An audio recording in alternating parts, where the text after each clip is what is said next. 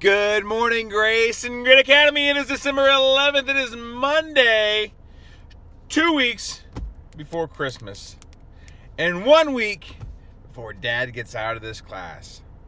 5 more days. Let's get through this. All right, let's hit the weather. Right now it is 34 degrees. As you wake up this morning, it'll be a little chilly. Not as chilly as it's been these past few days.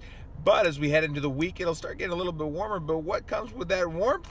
A little more snow, maybe. Looking at 30% chance tomorrow, 30% chance on Thursday. Each day being around 40, 41, maybe 42 degrees. And then we'll go back and forth, back and forth. I think that's kind of the way it goes in Virginia. It's a little bit warm, a little bit cold. We're going to roll with the punches. In short, should be a good day to get outside. Hopefully Dad can get home soon and enjoy the weather with you. All right. On this day in history, in 1621, the Mayflower landed where? Plymouth Rock. Plymouth Rock, 103 pilgrims landed, and they began what would eventually become what? Well, the United States of America, of course. Lots of things had to happen. We know a little bit about Jamestown and many other things that went on in our history to make this wonderful country come to be. But the Mayflower and Plymouth Rock played an important role in that. 1621. Also, in 1816, Indiana became the 19th state to join the Union. So in 1816, think about it. So we seceded from, we had the Declaration of Independence. Do you remember what year, guys? 1776. So still, let's see, 30, 40, 50 years later, only 19 states. So lots of growing in the country. The Louisiana what maybe helped us with that. All right.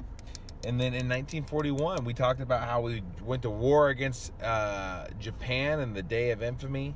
A day that'll live in infamy, as Franklin Delano Roosevelt had mentioned when Japan bombed Pearl Harbor. Just a few days later, we declared war against Germany and Italy. We were in it. We were going to rid the world of tyranny. So 1941, Italy and Germany, we were going to show them. But World War II, it took a while. And it took a lot of brave men and women to help with that. And then 1972, Apollo 17, the last lunar landing. So there were men walking on the moon in 1972 in the last mission ever to go to the moon. All right.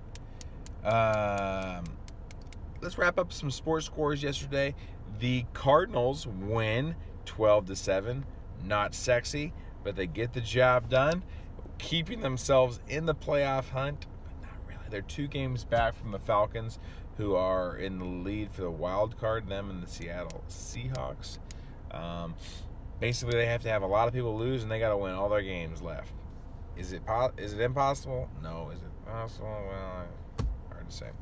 Carson Wentz last night led the Eagles to a huge win over the Los Angeles Rams, but unfortunately, it looks as though he has torn his ACL, which is a ligament in his knee. You feel absolutely terrible for the guy because he's just had an unbelievable season, and when you tear that, they have to have surgery, and it takes a long time to recover. So if that is what happened, we'll find out more today. Then they will have a backup quarterback. His name is Nick Foles, and he's from the University of Arizona. Pretty good quarterback, but not as good as Nick Foles. So be praying for him because, not because he's a Christian, but he is a Christian. So it's always fun to see men of Jesus and the Lord succeeding in the way he has. So last night, the Pittsburgh Pirates take on the Baltimore Ravens, and they win 39-38. Sensational game. Wish it wasn't on so later. I would have watched it. And Ben Roethlisberger becomes the first quarterback ever to throw for 500 yards in a game 3 times. The dude's a stud. Look out for the Steelers. They can make some noise in the playoffs. And then finally tonight we have the New England Patriots squaring off against the Miami Dolphins. Another game for Tom Brady to pummel the Fins. All right, guys. As you head into your day, I have is something I want to, well, I will share it with you later because I don't have it with me. But I want you all to know that it's been fun to explore Advent with you all as a family, even when Mom is Dad, I love you, sweetheart. But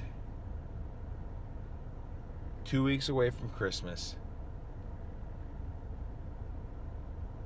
and it was hundreds and thousands of years in the making what Christ did. Understand, God was promising his people through David and Abraham and Jacob and all these people. He was promising, he was showing, look, I've got you. I've got you. He did this for hundreds and thousands of years. And it happened. His promise came true. The prophecy came true. God said, I got you. And he got us. And that was what happened when his son Jesus came to earth. And so when his son Jesus, what does it mean when he got you? It means, guys, I know you can't do it yourself. My people that I love, my sheep that I love, I know you can't do it yourself. I'm going to send my son to live the perfect life so that you don't have to do it yourself and that you don't have to be afraid.